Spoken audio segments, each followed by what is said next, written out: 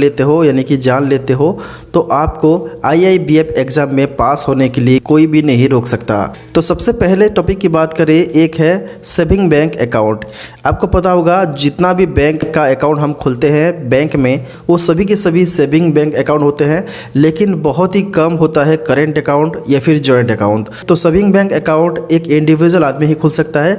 तो saving bank account open करने के लिए आपको डॉक्यूमेंट क्या क्या चाहिए, इस अकाउंट में आप कितना कैश रख सकते हैं, आपको विड्रॉल करने का लिमिट कितना है, पर डे में कितना कर सकते हैं, सारा डिटेल्स को आपको थोड़ा सा रिसर्च करना होगा। मैं आपको जस्ट टॉपिक बता दूंगा, आपको ऑटोमेटिक ही पता चल जाएगा कि आपको किस तरह से तैयारी करनी है। बस आपको वीडियो को आखिर तक देखना होगा। सेकंड में बात करते हैं करेंट अकाउंट की। आपको पता होगा करेंट अकाउंट क्या है। इस पे आप हर एक करेंट अकाउंट में मिनिमम 10,000 रुपीज़ आपको मिनिमम बैलेंस रखने होते हैं एज पर बैंक का अकाउंट किस तरह का आपका बैंक है।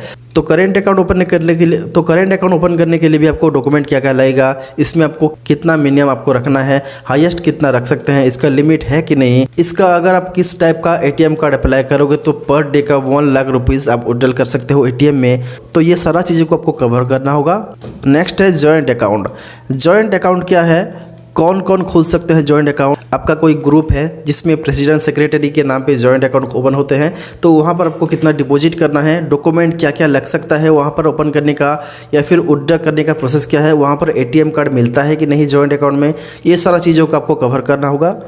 इसके बाद है OD यानी कि ओवरड्राफ्ट सिस्टम क्या है, ये भी आपको थोड़ा सा देखना होगा। इसके बाद है STDR। STDR क्या है, एक्चुअली में बैंक में क्या काम करता है, आपको इसमें भी थोड़ा सा रिसर्च करना होगा। इसके बाद है RD अकाउंट भी आपको देखना होगा कि RD क्या है और RD में आपको क्या क्या फैसिलिटी मिल जाती है, ये सारे भी आपको कवर करना होगा। नेक्स्ट है अटल पेंशन योजना। आपको पता होगा अभी प्रधानमंत्री मोदी ने एक बहुत ही बड़ा स्कीम लॉन्च किया था जिसका नाम है अटल पेंशन योजना। इस स्कीम के तहत कौन कौन लोग फ़ायदा उठा सकते हैं, इसका एलिजिबिलिटी कितना है, कितने साल होने के बाद इसे अप्लाई करेंगे और कितना साल होने के बाद आपको मैच्योर होगा या फिर आपको कितना रुपए मिलेगा, सारा डिटेल्स को आपको रिसर्च करना होगा कि अटल पेंशन योजना क्या है, ये कब चालू हुआ था, ऑलरेडी कितना लोग इसका फ़ायदा उठाए हैं। सारा डिटेल्स आपको यहाँ पर मिल जाएगा। इंटरनेट पे गूगल करिए या फिर यूट्यूब करिए, वहाँ पर आपको सारा कुछ मिल जाएगा कि अटल पेंशन योजना क्या है, उसमें आपको सारा डिटेल्स पता चल जाएगा। इसके बाद बात करें प्रधानमंत्री जीवन ज्योति बीमा योजना, ये अलग है। इसके बाद है प्रधानमंत्री सुरक्षा बीमा योजना, ये भी अलग तरह का ये स्कीम है जहाँ से आपको बहुत सारा फ़ायदा हो सकता है।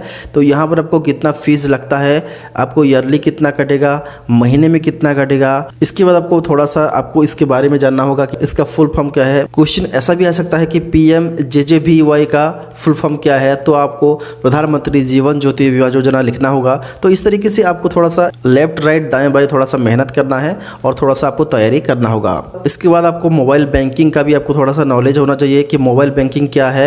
एक्चुअल में हम इंटरनेट बैंकिंग बहुत सारा यूज करते हैं, तो आपको इंटरनेट बैंकिंग को भी थोड़ा सा ध्यान देना होगा कि इंटरनेट बैंकिंग में आपको क्या क्या चाहिए होता है। CIF नंबर और बैंक का अकाउंट होने के बाद आप इंटरनेट बैंकिंग अपने घर में भी अप्लाई करके अपना ID पासवर्ड एक्टिव करवा सकते हो। लेकिन अगर आपके पास कोई भी कंप्यूटर नहीं है तो आप मोबाइल बैंकिंग यूज कर सकते हो। तो उसके लिए आपको क्या डॉक्यूमेंट लगेगा या फिर आपको कैसे एक्टिव करना होता है, सारा कुछ आपको थोड़ा सा रिसर्च करना है। SBI योनो के बारे में भी आपको थोड़ा सा देखना होगा कि SBI योनो एक्चुअली क्या है और हमको क्या क्या फैसिलिटी देते हैं, और बिना ATM कार्ड भी आप SBI योनो से कैसे पैसे निकाल सकते हैं, सारे का डिटेल्स आपको थोड़ा सा स्टेप बाय स्टेप आपको तैयारी करनी होगी।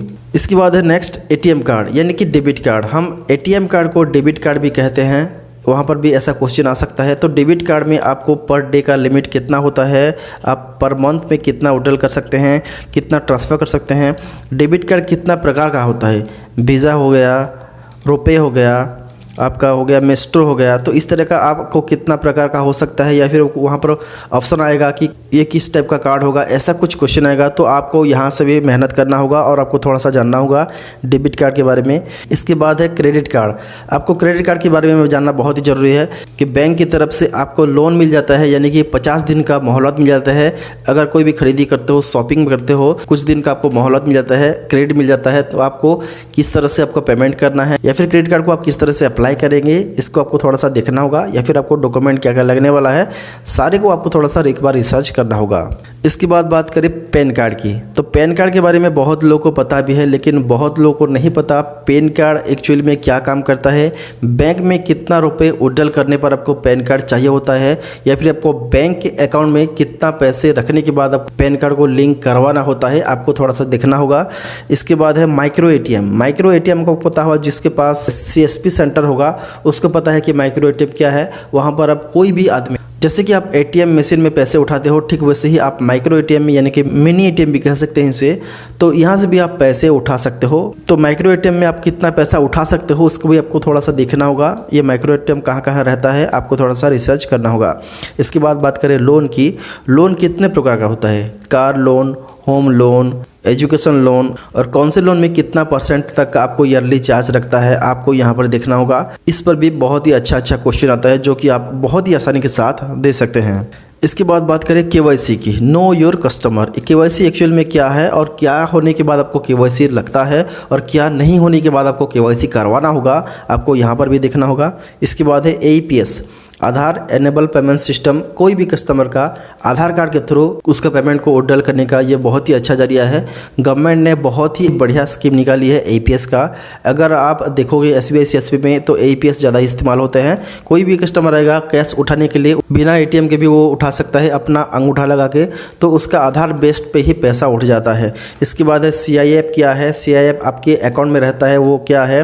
फिर आ जाता है आपका जनधन योजना की, जनधन योजना एक्चुअल में क्या है, जैसे हम CSP वाले हैं तो अगर आप CSP वाले हैं तो आपको पता होगा जनधन अकाउंट क्या है, क्योंकि जब भी आप कस्टमर का अकाउंट खोलते हो सेविंग बैंक अकाउंट, तो ऑटोमेटिकली वो जनधन अकाउंट बन जाता है। वो कस्टमर का वो अकाउंट ही जनधन अकाउंट हो जाता है। तो इसमें आपको क्या क्या फैसिलिटी मिल जाती है, आपको यहाँ पर 0 बैलेंस क्यों रखना होता है, यहाँ पर आपको एक रुपये कार्ड मिलता है जिसका एक इंश्योरेंस भी होता है, 1 लाख रुपये तक का इंश्योरेंस कवर करता है। ये छोटी मोटी चीज़ें आपको रखना होगा ध्यान, तभी जाके आप IIBF एग्ज़ाम पास कर सकते हैं। नेक्स्ट है किसान क्रेडिट कार्ड। आपको पता होगा किसान क्रेडिट कार्ड क्या क्या इस्तेमाल होता है या फिर आप कैसे इसे अप्लाई कर सकते हो।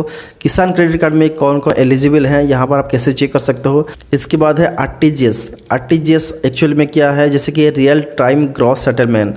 किसी को पैसे भेजना होगा तो किस तरह से आप RTGS करेंगे, इसको भी आपको ध्यान रखना होगा। इसके बाद है NEFT, national electronic fund transfer. 1 minute में, यानी कि 1 मिनट तो नहीं लगेगा, कुछ ही सेकंड में आप किसी को भी पैसा भेज सकते हो NEFT के जरिए। अभी तो फिलहाल नेट बैंकिंग में भी NEFT मौजूद हो गया है, तो वहाँ से भी आप NEFT का इस्तेमाल कर सकते हैं। तो जैसे कि मैंने 30 टॉपिक आपको कवर कर दिया हो, ये 30 टॉपिक को अगर आप गूगल करते हैं, यानी कि गूगल पे सर्च करते हैं, यूट्यूब पे सर्च करते हैं, तो आपको इसके बारे में डिटेल्स पता चल जाएगा। उसके बाद आपको एक खाता लेना है, यानी कि कॉपी लेना है, वहाँ पर लिखना होगा, अपने आपको याद रखना होगा, तभी जाके आप IIBF में पास कर सकते हैं। और एक बहुत ही खास बात है, आपको ध्यान रखना होगा, जब भी आप एग्ज़ाम देंगे तो उस टाइम आपको क्या होता है कि बहुत लोग हड़बड़ी कर लेते हैं, क्योंकि आपको यहाँ पर हड़बड़ी नहीं करना है, अपना टाइम का पूरा इस्तेमाल करना है। टाइम के पहले आपको नहीं आना है, एक क्वेश्चन को 2 बार 3 बार पढ़ना है, इसके बाद ही आपको आंसर देने हैं। तो एक बार आपने फुल अटेम्प्ट कर लिए, सारा क्वेश्चन को अटेंड कर लिए, फिर आपको फिर से रिवीजन करना होगा, यानी कि फिर से ओवरलुक करना होगा कि एक्चुअल में आपने कोई गलती तो नहीं की। इस वजह से बहुत सारे लोग फेल हो जाते हैं, इसीलिए आपको थोड़ा सा ध्यान रखना होगा। इसीलिए आपको पहले से आपको लास्ट तक फिर से क्वेश्चन को रिविजन करना होगा, देखना होगा कि आपके माइंड में कोई ऐसा क्वेश्चन तो नहीं है जो कि आपने रॉन्गली उसे राउंड कर दिया हो या फिर रॉन्गली आपने टिक कर दिया हो। सो इस तरीके से आप IIBF